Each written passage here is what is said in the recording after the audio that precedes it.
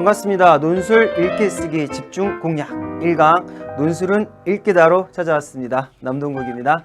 네, 이제부터 2017 논술 기초가 시작이 되는 거죠. 네, 선생님이 그래서 1강은 논술은 읽기다로 찾아왔어요. 네, 여러분들 논술은 쓰기죠. 그런데 쓰려면 뭐부터 해야 돼요? 당연히 정확히 읽어야 되겠죠. 그렇죠? 그러면 논술은 무엇을 읽어야 되냐? 사실 생각해보면 너무 쉬워요. 뭐죠?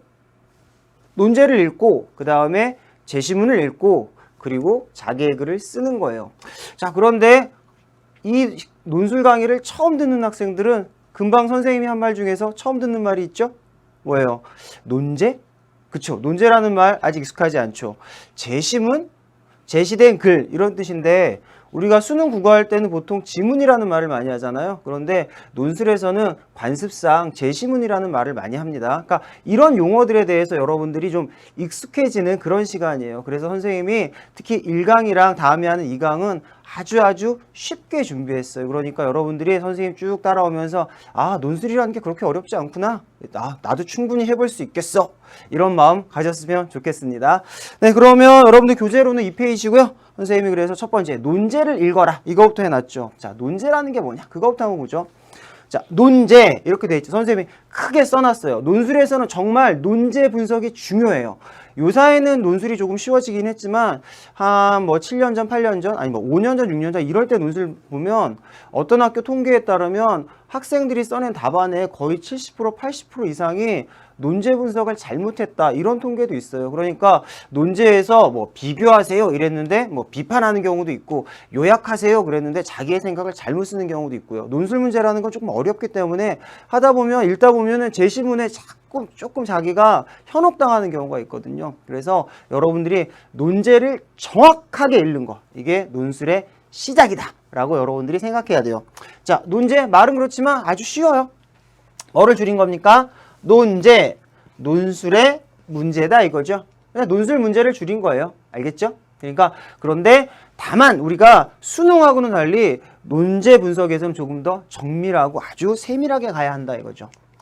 자, 이 논제 분석법은 선생님들마다 좀 스타일이 있고요. 뭐 그런데 보통 여러분들이 논술 교재나 이런 걸 보면 이제 영어식으로 해서 what, how 이렇게 가죠. 무엇을 어떻게 하라는 거니? 이렇게 가는데 선생님은 조금 더 이걸 구체화시켜서 우리 한국말로 풀어서 여러분들에게 논제를 설명해 주고 싶어요. 자, 교재에서 보면 대학 논술의 논제는 너는 무엇을 무엇해라로 구성된다 이렇게 돼 있죠. 자, 그래서 여러분들 보면 다음 그 밑에 표에 보면 다음을 대상, 행동어, 조건으로 구분해 보자. 그렇게 해서 자료 1과 자료 2의 요지를 각각 서술로 하시오. 이렇게 되어 있죠. 보통 이런 형식으로 나오는데요. 자, 여기에 너는은 없죠. 그쵸? 근데 생각해 보면 너는은 당연히 누구겠어요? 그쵸? 글을 쓰는 수험생. 그러니까 이 강의를 보고 있는 학생 여러분인 거죠. 그러니까 이것은 너무나 당연하게 생략되는 거죠. 주체죠. 즉 수험생이죠. 수험생. 수험생 너는 이런 뜻입니다. 또는 당신은 무엇을 자 무엇을 해당하는 거 뭐예요?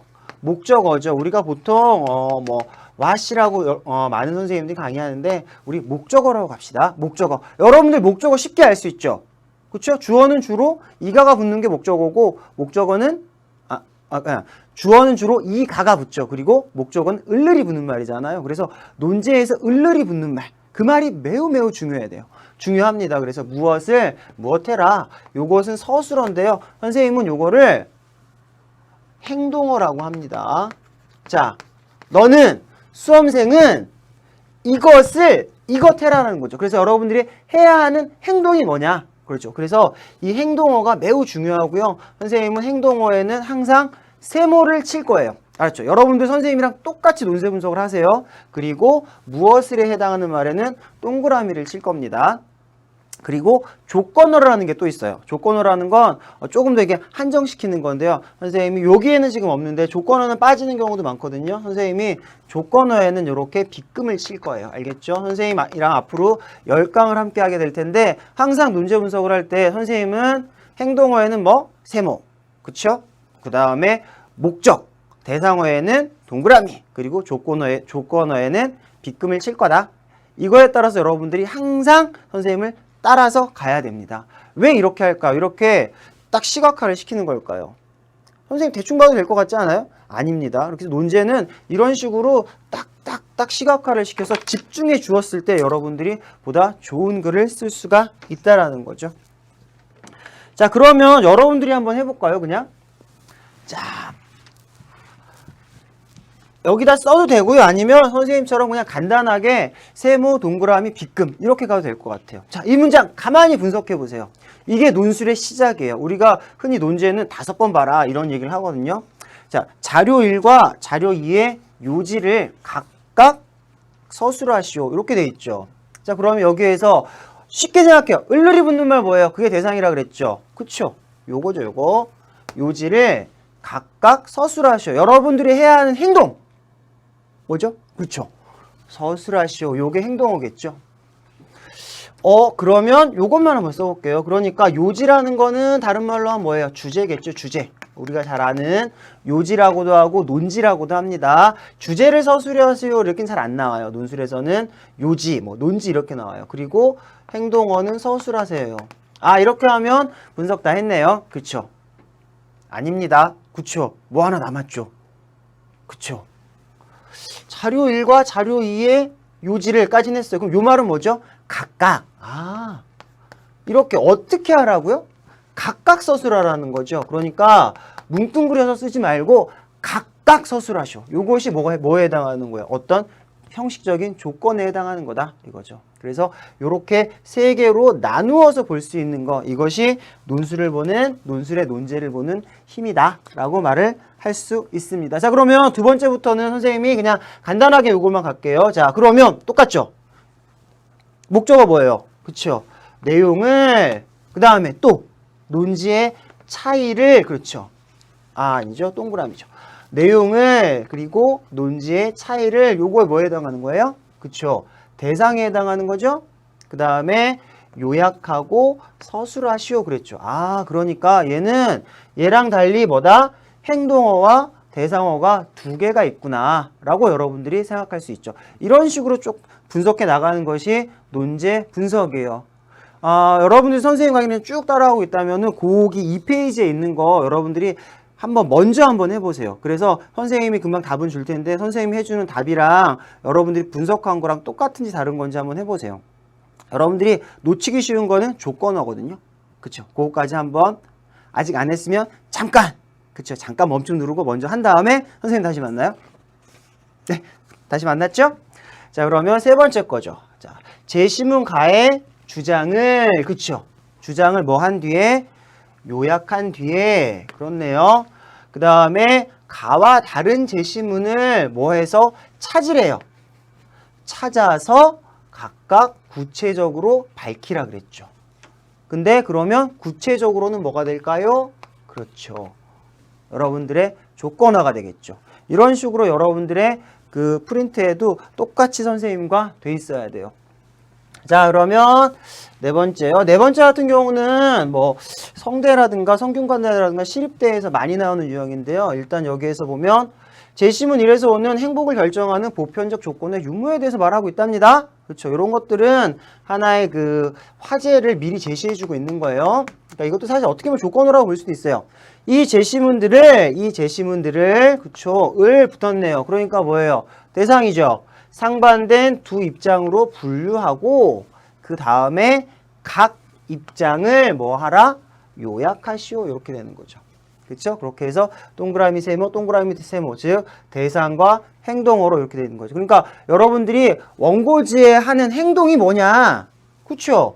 제시문을 분류해요. 그 다음에 그 입장을 요약하는 거다 이거죠. 이거에 집중해서 답안지를 만들면 된다 이거죠. 그 다음에 여기에서도 보면 가와 나의 뭐를 밝히고 차이점을 밝히고, 자, 차이점을 밝히라는 거죠. 서술하라는 뜻이겠죠. 그러니까 그 다음에 밀러에 대한 자신의 견해를 뭐 해라? 서술하시오. 아, 이렇게 보니까 요 문제나 둘 다 뭐예요? 그쵸? 두 가지의 행동을 해야 한다라는 거 알 수 있겠죠. 그 다음에 제시문 가라를 근거로 해서 말을 비판하라. 요거 한번 가만히 볼게요. 자, 요거죠. 말을 뭐 하라? 비판하라. 요게 대상이고 요게 여러분들이 해야 되는 행동어예요. 그러면 앞에 있는 가와 라를 뭐로 해서 근거로 하라 그러겠죠. 그러니까 말을 비판해야 돼요. 비판해야 되는데 어떤 기준점에 의해서 하냐? 가와 라를 근거로 하라는 거죠. 아, 오랜만에 이제 뭐가 나온 겁니까? 그렇죠. 조건어가 나왔다라고 볼 수 있는 거죠. 이런 부분에서 여러분들이 대학마다 그 다음에 쓰는 요령이 조금씩 다르거든요. 그래서 앞으로 이런 글들은 어떻게 쓰는구나 선생님이랑 10강을 같이 하면서 여러분들이 충분히 알 수 있을 거예요. 네, 이렇게 가고요. 자, 그러면 여러분들이 지금 3페이지 내용인데요. 연습 논제죠. 제시문 가와 나에서 밝히고 있는 경제적 유인의 차이를 설명하시오 이랬죠. 자, 그러면 이것도 간단히 갑시다. 경제적 유인의 차이가 뭐예요? 그쵸? 목적, 대상어죠. 그리고 설명하라 라는 게 지금 행동어죠. 그쵸? 요것만 가지고 우리가 보면 돼요. 자, 여러분들 너무 어렵게 생각하지 말고요. 우리 이제 시작했어요. 여러분들 이 강의를 듣는 학생들 아마 뭐 한 2월부터 이제 꾸준히 듣는 학생들은 그나마 좀 일찍 만나는 학생이지만 선생님 강의 7월, 8월에 만나는 학생도 분명히 있을 거예요. 괜찮습니다. 자, 그리고 지금 이 시작인데 시작부터 대학 논술 문제 딱 던져주고 여러분들 이 문제를 꼭 맞추셔야 합니다. 그거 말도 안 되는 소리죠. 간단하게 그냥 여러분들이 3페이지에 있는 내용 한번 읽어만 보세요. 그리고 여러분들이 한번 생각만 해보세요. 이게 무슨 내용일까? 어떻게 쓸까? 나라면 어떻게 쓸까? 미리 한번 생각만 해보세요. 알겠죠? 그 다음에 내 글이 내가 이렇게 생각하는데 선생님이 남동욱 선생님이 저렇게 말했어. 근데 나는 틀렸어. 절대 뭐 하지 마세요. 그거에 대해서 실망하거나 그러지 마세요. 논술을 처음 하는 단계에서 실망하고 나는 못 써 이런 생각하면 여러분들 앞으로 계속 논술하는 시간들이 힘들어져요. 처음 단계니까 당연히 못하는 거고요. 당연히 어렵습니다. 그쵸? 왜냐하면 우리는 이런 식의 사고를 한 번도 해보지 않았기 때문에. 그런데 한 선생님이랑 10강을 다 하면서 점점 이렇게 스폰지가 물 먹듯이 이렇게 흡수되면, 논술이라는 것이 흡수되면 나중엔 아주 쉽게 할 수 있을 거예요. 자, 여러분들 선생님이 많은 거 하지 않을 거예요. 자, 3페이지에 보면 4페이지에 보면 학생 답안 1이 있고 2가 있죠. 그리고 선생님이 4페이지에 맨 밑에 별표 땡땡 해놓고 뭐라 그랬어요? 그러니까 맨 위에 문제에서 뭐라 그랬어요? 두 학생의 답안을 읽고 논제에 부합하는 글이 무엇인지 생각해 보자 그랬죠. 자, 그러니까 이게 논제예요. 여러분들 내용은 생각하지 말고요.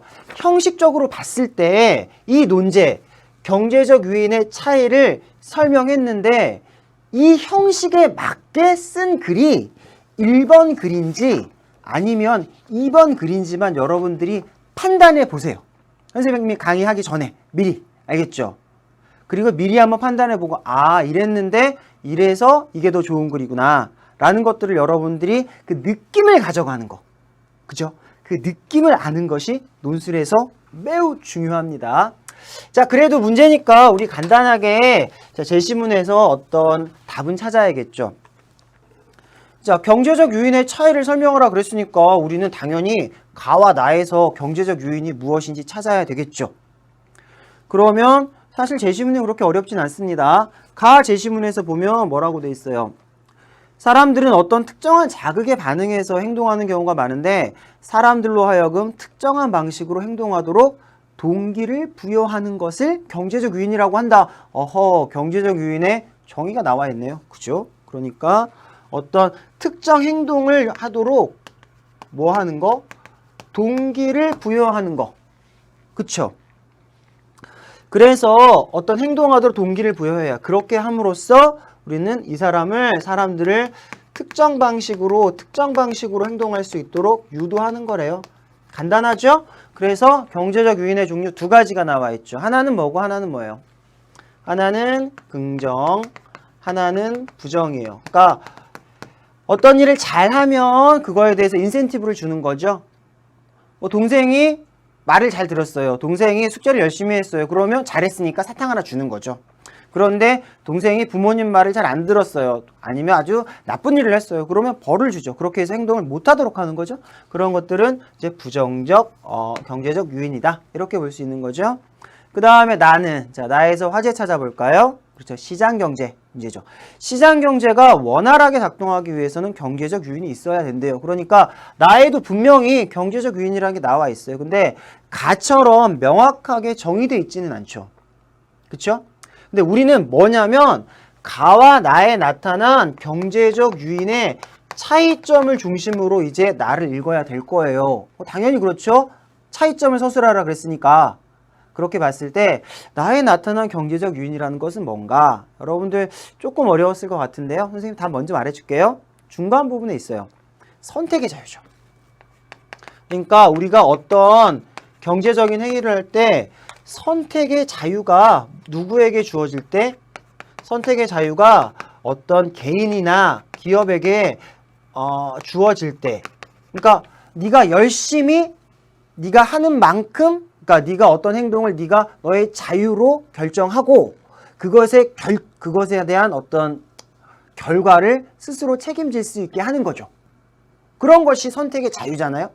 그러면 내가 나의 자유의지에 의해서 어떤 행위를 하게 되니까 내가 더 뭐 하려고 노력하겠어요. 즉 그것의 효과겠죠. 그러면 나는 조금이라도 더 뭐 하려고 이익을 창출하기 위해서 노력할 거고, 그러다 보면 어떤 창의성을 발현해서 보다 더 이익을 많이 만들려고 하겠죠. 그렇죠? 개인에게 어떤 선택의 자유를 주었을 때 이익을 창출하고 창의성을 올리는 거, 이런 것이 뭐다? 경제적 유인이고 그것의 효과다라고 말할 수가 있습니다. 아마 나 같은 경우는 여러분들이 조금 어려울 수 있어요. 하지만 선생님이 말했습니다. 어떻다고요? 괜찮습니다. 자, 전체적인 내용이고요. 자, 여러분들 손 먼저 한번 들어보세요. 자, 학생 답안 1이 더 여러분들이 보기에는 논제에 부합한 답인지, 아니면 학생 답안 2가 여러분들 보기에 논제에 더 부합한 답인지 보면 약간 2번이 더 길죠. 길다고 좋은 거 아닙니다. 그렇죠. 여기에는 선생님이 뭘 안 줬어요? 불량 조건을 안 줬기 때문에. 자, 학생 답안 1의 특징을 한번 볼게요. 1, 2, 3 이렇게 되어 있는데요. 그래서 가를 여기까지 썼고요. 그 다음에 여기까지 썼죠. 그래서 보면 자, 금방 이 학생 어때요? 금방 선생님이 설명해줬던 제시문의 내용 그대로 잘 썼네요. 그죠? 경제적 유인의 정의 잘했어요. 그렇죠? 그리고 얘는 긍정적 유인과 부정적 유인으로 나뉜다라고 해서 정확하게 잘 요약했네요. 좋은 감각이죠? 또 나 같은 경우는 어때요? 자유로운 경제활동 잘 밝혔죠? 그래서 자신에게 돌아온 이익을 최대화하라고 노력한답니다. 그렇네요. 이 학생 뭐가 좋은 학생이에요? 그쵸, 우리가 흔히 말하는 읽기의 시작, 독해력이 아주 좋은 학생이에요. 정확하게 제시문의 핵심 포인트를 딱딱 잡아냈고 그거를 아주 유연하게 자신의 언어로서 지금 쓰고 있는 학생이죠. 자, 두 번째 학생 어때요? 좀 말이 많네요. 그쵸? 길죠? 근데 뭔가 어때요? 학생 1과 달리 제시문이랑은 좀 벗어난 느낌이 있어요. 갑자기 뭐예요? 가와 나는 공통적으로 개인 행동하는 동기가 되는 경제적 유인에 대해 설명한대요. 차이점 밝히라고 했는데 이런 내용 쓰고 있네요. 그쵸? 그러나 동기가 발생하는 방향에서 둘은 차이가 있대요. 여기서부터 차이를 쓰고 있네요. 그쵸? 그래서 3번에서 보면 가는 외부적인 경제적 유인이래요. 그래서 어떻게 하다 보니까 수동적이고 타율적인 성격이래요. 제시문 가에 나와 있던 뭐 긍정이나 부정이나 이런 거 잘 안 썼죠. 그쵸? 그러면서 외부적 요인이고 수동적이고 타율적 성격이래요. 반면에 이와 달리 나는 개인에게 자유로운 권한을 부여해서 경제적 유인을 내부에서 이끌어낸답니다. 자, 내부에서 이끌어내니까 그렇죠. 여기에 능동적이고 내재적인 성격을 띈다 그랬습니다. 뭔가 제시문과의 거리로 보면 가와 이 학생 1과 학생 2 글 중에서 뭐가 더 가까워요? 1번이 더 가깝죠. 그러니까 선생님이 왠지 1번이 더 좋은 학생인 것처럼 유도했죠? 그렇지만 사실은 대학 논술로 봤을 때 더 훌륭한 답안은 학생 답안 2가 더 훌륭한 답안이라고 볼 수가 있어요. 다시 한번 돌려볼까요? 학생 답안 1은 잘 썼습니다. 잘 썼지만 우리가 요구하는 논제는 뭐죠? 논제의 핵심 요구는 차이점이죠. 차이를 밝히라고 했는데 이 학생 같은 경우는 이 차이점에 해당하는 내용을 학생이 여기에 개념적으로 썼어요? 아니면 채점자가 우리가 읽는 사람이 생각해야 돼요. 그쵸? 이 글만 가지고는 뭐가 차이점인지 잘 모르겠죠? 이 학생은 그냥 요약만 했기 때문이에요. 이에 반해서 자, 두 번째 학생 뭐예요? 차이점이 뭐냐라고 했을 때 이 학생은 가는 외부적인 거래요. 그 다음에 나는 내적인 거래요. 그래서 외부적이다 보니까 얘는 좀 수동적인 반면에 얘는 내적이기 때문에 능동적이라는 거죠. 그러니까 쓰라는 것은 요약이 아니라 차이를 쓰라 그랬죠. 그러니까 이 차이에 해당하는 답을 우리는 보다 명확하게 개념화시켜서 써줬죠. 그래서 이런 답안의 구성이 대학 논술에서는 좋은 답안 구성이에요. 왜? 그렇죠. 논제에 보다 더 가까우니까. 논제에 훨씬 가까운 구성이니까. 논제가 요구하는 것은 차이인데 그러니까 이 차이를 중심으로 써준 거죠. 자, 여러분들 국어에서 생각해봐요. 우리가 뭔가 분류한다거나 아니면 공통점을 말한다거나 차이점을 말할 때는 반드시 뭐가 있어야 돼요? 그쵸? 기준점이죠. 사실 차이나 공통점을 말한다라는 건 어떤 기준점이 있어요. 자, 앞에 있는 남동국 선생님은 남자예요? 여자예요? 남자입니다. 그렇죠? 그럼 이거의 기준점은 뭐예요? 그쵸? 성별이죠. 자, 그런데 이 기준점에 의하면 남자고 남자죠. 근데 자, 선생님이 있고 뭐 옆에 강동원이 있어요. 그러면 둘의 차이점은 뭐예요? 너무 많겠죠. 근데 아무튼 뭐 보면 선생님이 결혼을 했습니다. 그러니까 결혼의 유무를 따졌을 때 뭐 아저씨와 총각 이런 식으로 되는 거죠. 그러니까 기준점이 바뀌면 선생님은 남자였는데 이것을 결혼 유무로 따지면 갑자기 아저씨로 바뀌는 거잖아요. 이해되죠? 그러니까 기준점이 바뀌면 아예 어떤 답이 바뀌는 것이 공통점이나 차이점을 밝히는 서술이거든요. 그렇기 때문에 명확한 기준점, 즉 외부와 내적이라는 기준점에 의해서 글을 전개해 나가고 있는 이런 글들이 대학 논술이라는 겁니다. 조금 감이 잡혀요, 여러분? 이래서 논제 분석이 중요해요. 자, 비교하세요, 차이점을 드러내세요. 그러면 단순히 요약하는 것이 아니라 그러면 좋은 점수를 받을 수 없다. 논제에 맞게 어떤 기준점에 의해서 명확하게 글을 밝혀 써주는 것, 이런 것들이 대학 논술이다라는 거죠. 네, 이렇게 해서 선생님이 지금 간단하게 이제 워밍업을 한 겁니다. 저런 게 대학 논술이구나. 내가 생각했던 것과는 좀 많이 다르죠. 그쵸? 어려운 것이 아니라 뭐라고요? 해보지 않은 것이기 때문에 익숙하지 않은 거예요. 익숙해지면 여러분들 금방 합니다. 이런 기준점 만드는 어떤 비법도 있고 요령도 있고 여러 가지들이 있어요. 자, 이제 우리 본격적으로 5페이지에 들어가서 오늘의 주제가 뭐였습니까? 논술은 읽기다. 그럼 어떻게 읽어야 되냐는 거죠. 그래서 앞에서는 논제 읽는 법, 논제에 따라서 논제에 맞게 답안지를 구성하는 것이 논술의 핵심이다. 이 얘기를 했고요.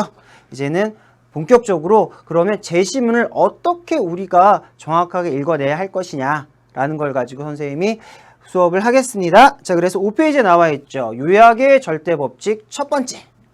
삭제, 선택, 재구성의 원리. 이렇게 되어 있습니다. 자, 논술은 선생님이 써놨듯이 요약, 비교, 비판, 분류, 창의형도 유형이 정말 다양해요. 자, 이런 것들이 뭐예요? 금방 말한 거. 요약, 비교, 비판, 분류, 창의. 금방. 선생님이 같이 수업한 것 중에 뭐예요? 이게. 그쵸. 행동어예요. 요약하세요, 비교하세요, 비판하세요, 분류하세요, 어떤 생각을 말하세요. 다 행동어예요. 이런 행동어에 따라서 이제 우리가 논술이 여러 가지 유형으로 분류되는데 이것의 공통적인 건 뭐냐? 일단은 제시문을 정확히 읽어야죠. 제시문의 주제와 핵심을 논제에 맞게 잘 읽어야죠. 그러면 논술에서의 어떤 제시문 읽기는 뭐냐? 이 세 가지라는 거예요. 삭제, 선택, 재구성의 원리죠. 자, 간단히 하겠습니다. 사실 이 셋에서 공통적인 원리는 뭐냐면 주제예요. 자, 삭제의 원리, 그래서 선생님이 뭐라고 써놨어요?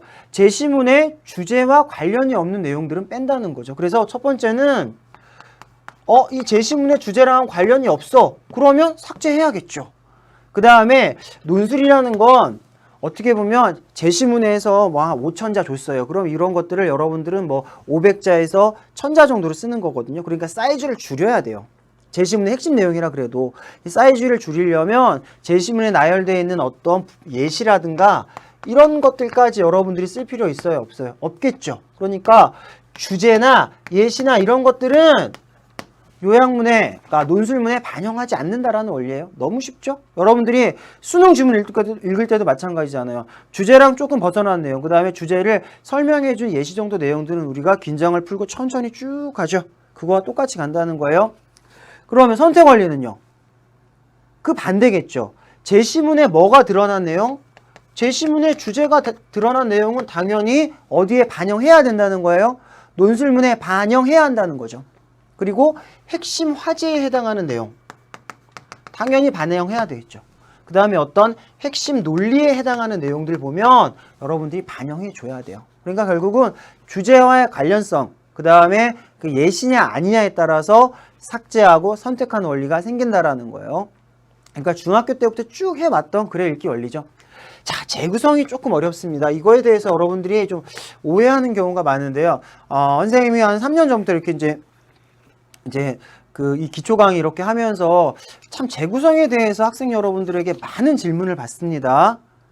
자, 일단은 뭐냐면요. 제시문의 문장을 뭐 하지 말라고요? 베끼면 큰일 나요. 그러니까 재구성이라는 건 뭐냐면 제시문의 문장을 그대로 베끼면 안 돼요.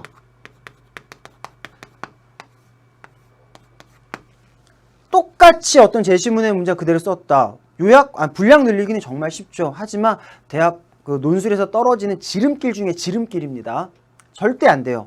자, 그런데 2번에서 보면 제시문에 뭐라고 그랬어요? 주제나 화제는 반드시 써오라 그랬죠. 반영해야 된다 그랬죠. 그 얘기는 뭐예요? 그러면 어떤 제시문에 어떤 문장이 있으면 제시문에 문장이 있다라면 이 문장을 똑같이 쓰면 안 되는 거죠.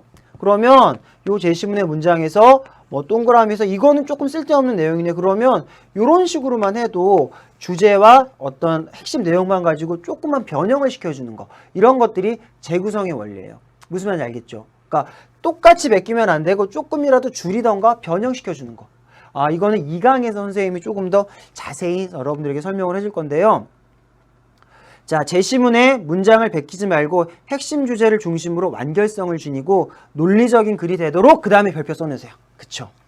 자신의 언어로 써야 된다는 거죠. 자, 베끼지 않는 거에 반대니까 자신의 언어죠. 그러니까 이게 딱 봤을 때 주제 문장이야. 그러면 이 문장을 논술문에 반영할 수밖에 없죠. 그렇지만 조금이라도 변형을 해서 자신의 언어로 써주는 거. 이런 것들이 재구성이라고 합니다. 이때 중요한 거는 여러분들이 만약에 베끼지 말라고 하니까 뭐까지 안 쓰는 거예요.